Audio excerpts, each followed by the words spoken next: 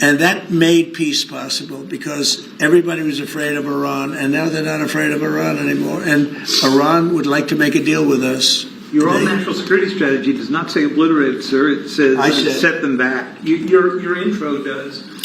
Well, the Atomic Energy Commission said obliterated, and the people that have seen the site said obliterated. And frankly, Iran said it was obliterated.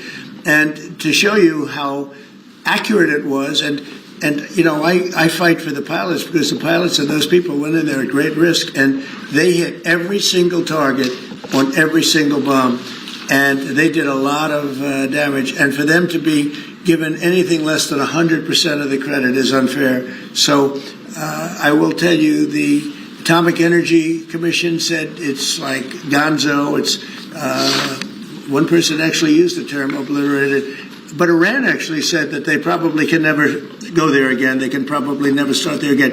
If they ever started, they'd probably choose a new site. But regardless, we took out the Iran nuclear site with great talent. No other country could have done that. No other country has weapons like we do, but no other country could have done that. We have the best weapons in the world. We have the best military in the world. And when we took out Iran, that allowed for peace. There's no way that... And I really have great respect for the King of Saudi Arabia, for the Emir. I'm friends with UAE. These are great people. These are actually great people and great leaders. There's no way they could have done a deal if Iran was not really nullified to a large extent. Iran is not the same country. Iran was a country that was feared by everybody. Now it's a country that's been very much downgraded. I'm sure they'll try and come back, and they're very capable people. Maybe they will, maybe they won't. They are reconstituting their missile program quite quickly.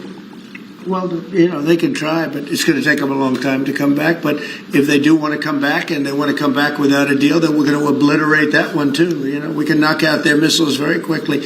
We have great power. And we helped Israel a lot. We were shooting down the drones. We were doing a lot of things for Israel. We did a good job for Israel.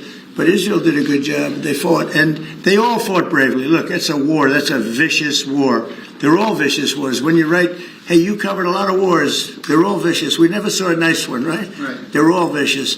But that was a big fight. But the big thing was the knockout of the possible nuclear capability, and it was a complete knockout of nuclear capability. That doesn't mean that over the next 2 years or 3 years they're not going to come back or not going to try. I think they got hit so hard, they may talk about trying, but I don't think they want to try. And I can tell you that they would love to be able to make a deal with me. They would love to be able to make a deal with me.